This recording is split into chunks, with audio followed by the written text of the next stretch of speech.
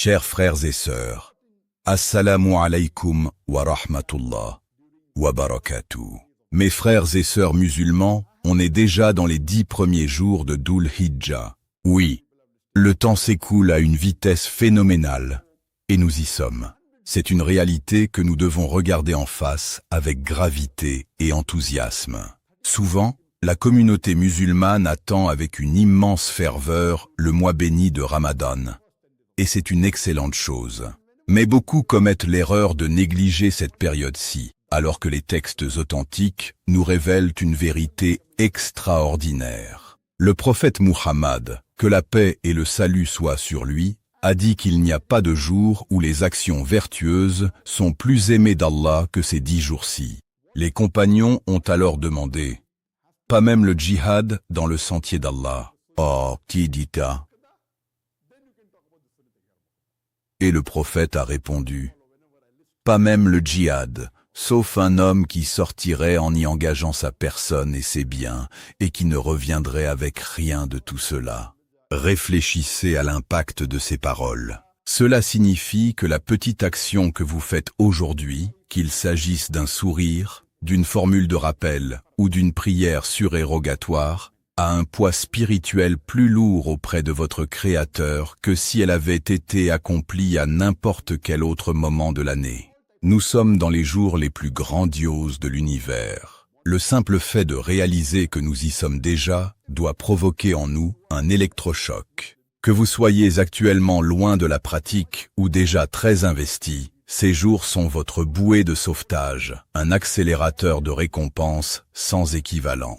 Ne faites pas partie des insouciants qui voient ces jours passer comme une semaine ordinaire. Prenez la décision, dès cet instant, de révolutionner votre quotidien. Voyons ensemble pourquoi ces jours ont une telle valeur aux yeux d'Allah.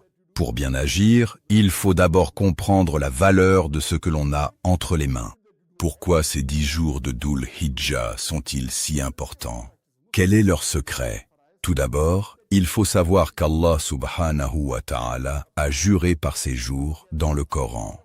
Dans la sourate Al-Fajr, il dit « Par l'aube et par les 10 nuits ».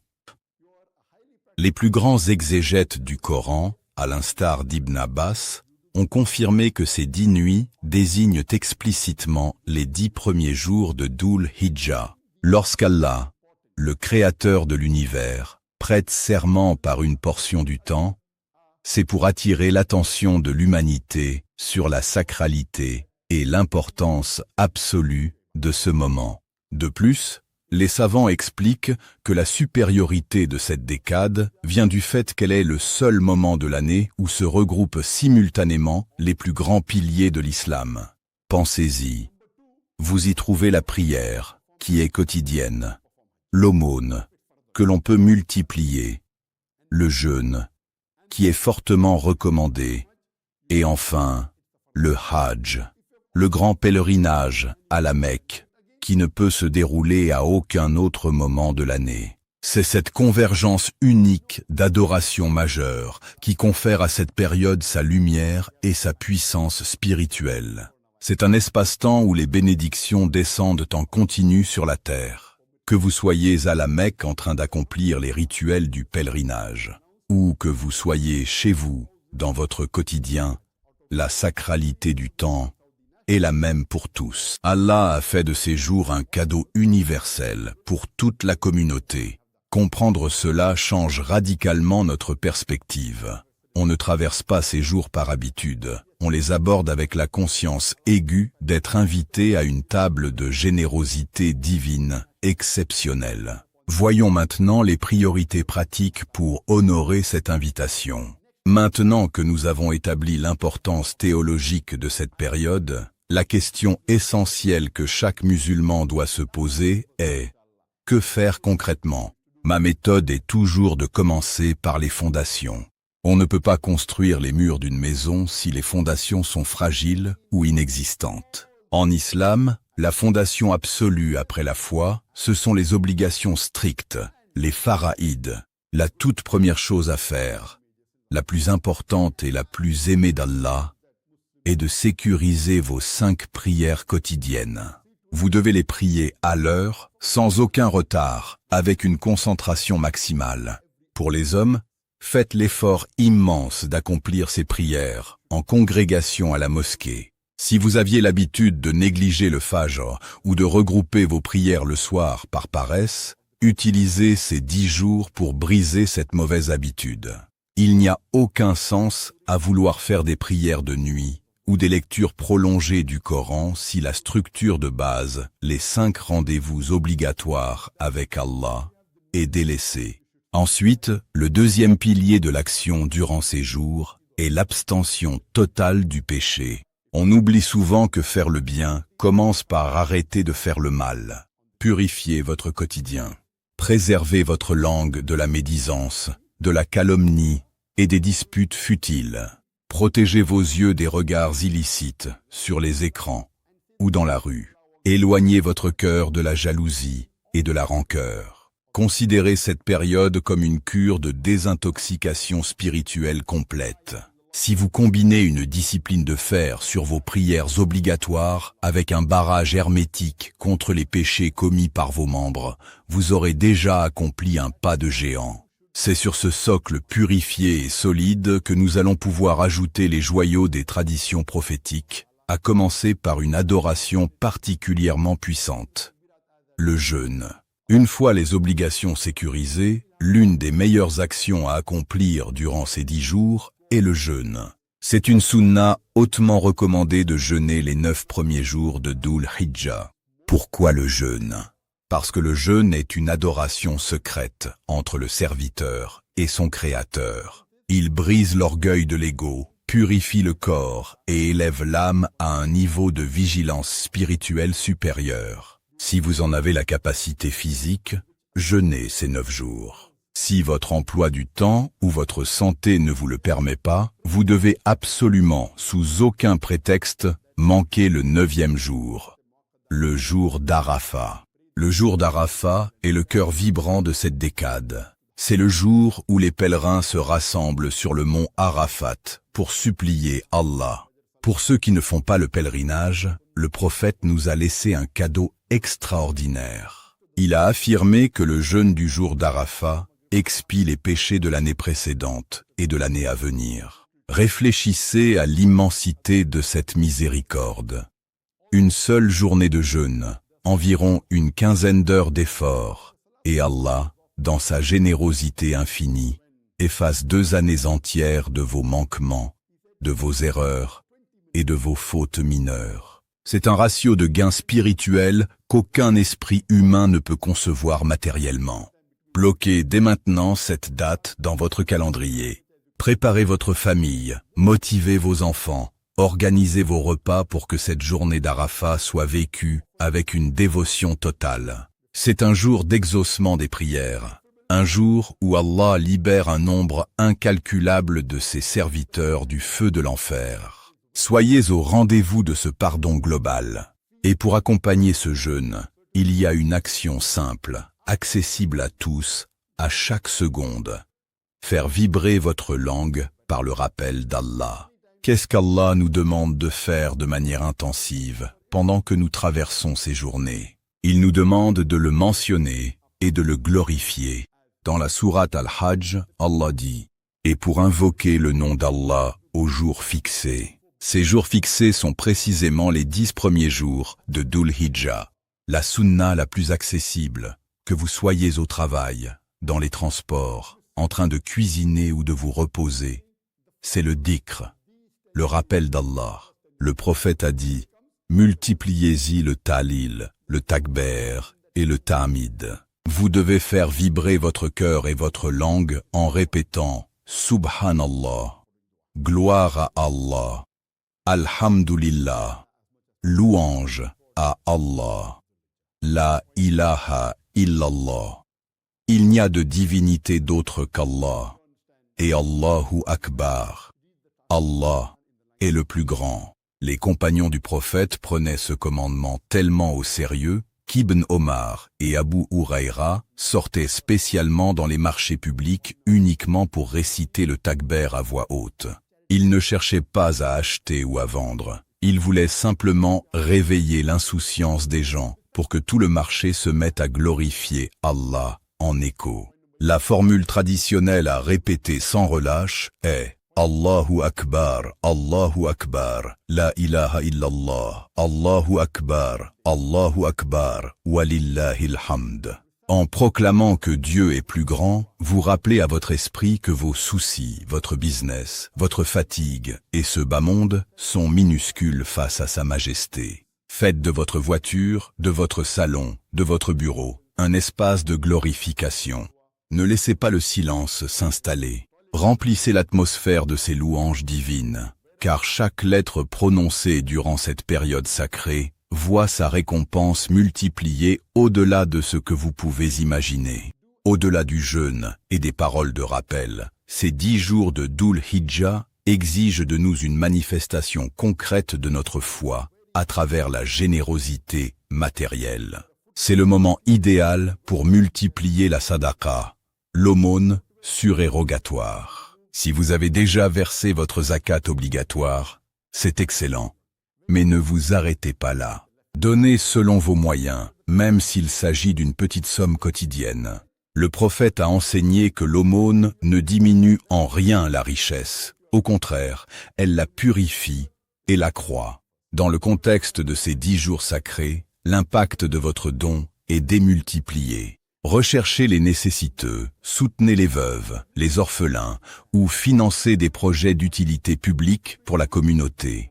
Cette dynamique de générosité culmine le 10e jour, qui est le jour de l'Aïd, avec l'acte du sacrifice, la Udhiya ou Qurbani. C'est une sunna obligatoire pour quiconque en a les capacités financières. En sacrifiant un animal en souvenir de la soumission totale du prophète Ibrahim, vous accomplissez l'action la plus aimée d'Allah le jour de l'Aïd. Le prophète a précisé qu'il n'y a pas d'action plus agréable à Allah ce jour-là que de verser le sang de la bête sacrifiée, et que celle-ci viendra le jour du jugement avec ses cornes, ses sabots et ses poils, pour peser en votre faveur. Au-delà du rituel, c'est un acte de partage humanitaire immense. La viande doit être distribuée aux pauvres, offerte aux proches et partagée en famille. C'est une action qui brise l'avarice de l'âme et nourrit la cohésion sociale de la communauté musulmane. Si Allah vous a donné la richesse, ne privez pas votre foyer et les nécessiteux de cette bénédiction. Planifiez votre sacrifice à l'avance auprès d'organismes fiables ou localement pour vous assurer que cette sunna majeure soit validée avec excellence. Pour diversifier vos adorations et maintenir une dynamique élevée tout au long de la décade, vous devez absolument ouvrir le livre d'Allah. Lisez le Coran chaque jour. Ne vous contentez pas d'une lecture mécanique. Si vous ne maîtrisez pas la langue arabe, prenez une traduction fiable et lisez le sens des versets. Laissez les paroles du Créateur pénétrer votre cœur, corriger vos trajectoires et apaiser vos angoisses. Le Coran est un remède et une guidance, et sa lecture durant ces jours sacrés prend une valeur inestimable. En parallèle, intensifiez vos nuits en pratiquant la prière de Tahajjud. Levez-vous ne serait-ce que 15 ou 20 minutes avant l'aube. Faites les ablutions avec soin et prosternez-vous dans le calme de la nuit. C'est le moment où Allah descend au ciel le plus bas pour exaucer ceux qui l'invoquent. Demandez-lui tout ce dont vous avez besoin pour ce monde et pour l'au-delà, car les doigts nocturnes de cette période ont une puissance d'exaucement phénoménale. Profitez également de vos trajets et de vos temps libres pour acquérir du savoir. Écoutez des rappels audio. Lisez la biographie du prophète, la Sira. Étudiez les hadiths authentiques. Plus vous comprendrez votre religion, plus vos adorations seront sincères et dénuées d'innovation. Utilisez la technologie à votre disposition. Transformez votre smartphone, qui est souvent une source de distraction, en un outil d'apprentissage en écoutant des conférences de savants reconnus et authentiques. En combinant la méditation du Coran, l'intimité des prières nocturnes et la quête de la science religieuse, vous offrez à votre esprit une nourriture d'une qualité exceptionnelle qui fortifiera votre foi bien au-delà de ces 10 jours. Mes frères et sœurs, il y a un aspect fondamental de ces 10 jours que nous oublions trop souvent, car nous nous concentrons uniquement sur les rituels physiques. Il s'agit de la purification de nos relations humaines. Le point numéro 23 de mon analyse met l'accent sur une action d'une noblesse absolue. Pardonnez les fautes d'autrui. Vous ne pouvez pas espérer qu'Allah subhanahu wa ta'ala, dans sa majesté, efface vos péchés de 2 ans le jour d'Arafat si, de votre côté, votre cœur est rempli d'amertume, de rancœur, et que vous refusez de pardonner à ces créatures. Regardez autour de vous. Y a-t-il un membre de votre famille avec qui vous êtes en froid? Un ami à qui vous ne parlez plus? Un collègue de travail contre qui vous nourrissez du ressentiment? Brisez votre ego durant cette décade sacrée. Prenez votre téléphone, allez à leur rencontre et pardonnez-leur sincèrement pour l'amour d'Allah. Le prophète Muhammad, que la paix et le salut soient sur lui, a enseigné que le pardon ne fait qu'augmenter la dignité et l'honneur du serviteur. Enchaînez directement avec le point numéro 24, qui est l'accomplissement de l'islam. Devenez un artisan de paix et réconciliez les musulmans qui se disputent. Si vous voyez 2 frères, 2 sœurs ou 2 familles déchirées par des conflits matériels ou d'anciens quiproquos, intervenez avec douceur, sagesse et neutralité pour restaurer la fraternité. Allah aime ceux qui réparent les liens tissés entre les croyants. En purifiant vos relations sociales, vous transformez votre environnement et vous préparez votre cœur à recevoir la lumière divine.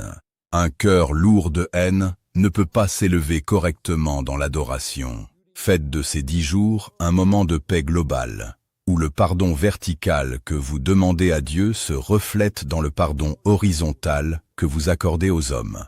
Poursuivons notre cheminement avec une responsabilité qui incombe à chaque membre de notre communauté, particulièrement visible dans le point numéro 25, l'engagement dans la dawa. La dawa, c'est-à-dire le fait d'inviter les gens vers la vérité et la beauté de l'islam, ne doit pas s'arrêter pendant ces 10 jours sacrés. Au contraire, puisque vos actions sont démultipliées, profitez de cette période où votre foi est au plus haut pour transmettre le message aux non-musulmans qui vous entourent. Faites-le avec sagesse, avec une excellente moralité et à travers vos actions quotidiennes. Parfois, un comportement honnête, un sourire sincère ou un acte de générosité désintéressée envers votre voisin non-musulman est la plus puissante des dawas. Expliquez-leur avec douceur pourquoi ces jours de Dhul Hijjah sont si importants pour vous. Partagez avec eux la viande de votre sacrifice le jour de l'Aïd et brisez les stéréotypes par l'excellence de votre comportement.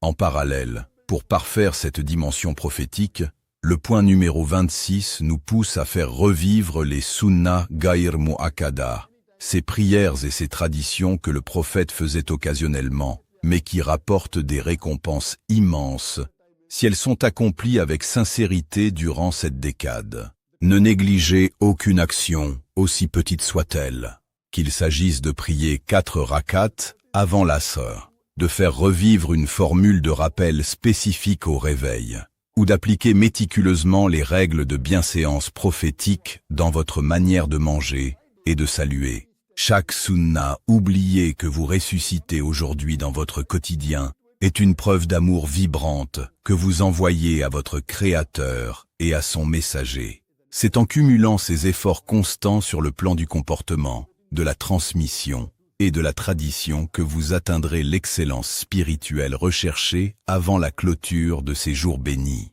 Enfin, mes chers frères et sœurs, pour réussir pleinement cette période où nous sommes déjà engagés, il y a une règle d'or absolue. La gestion rigoureuse de votre temps. Ne gaspillez pas une seule minute. Le temps est une ressource non renouvelable, et les minutes de ces 10 jours de Dhul Hijjah valent de l'or spirituel. Éloignez-vous des distractions futiles. Réduisez le temps passé inutilement sur les écrans ou les réseaux sociaux. Et fuyez les discussions stériles. Organisez vos journées avec la précision d'un homme d'affaires qui gère ses investissements les plus rentables.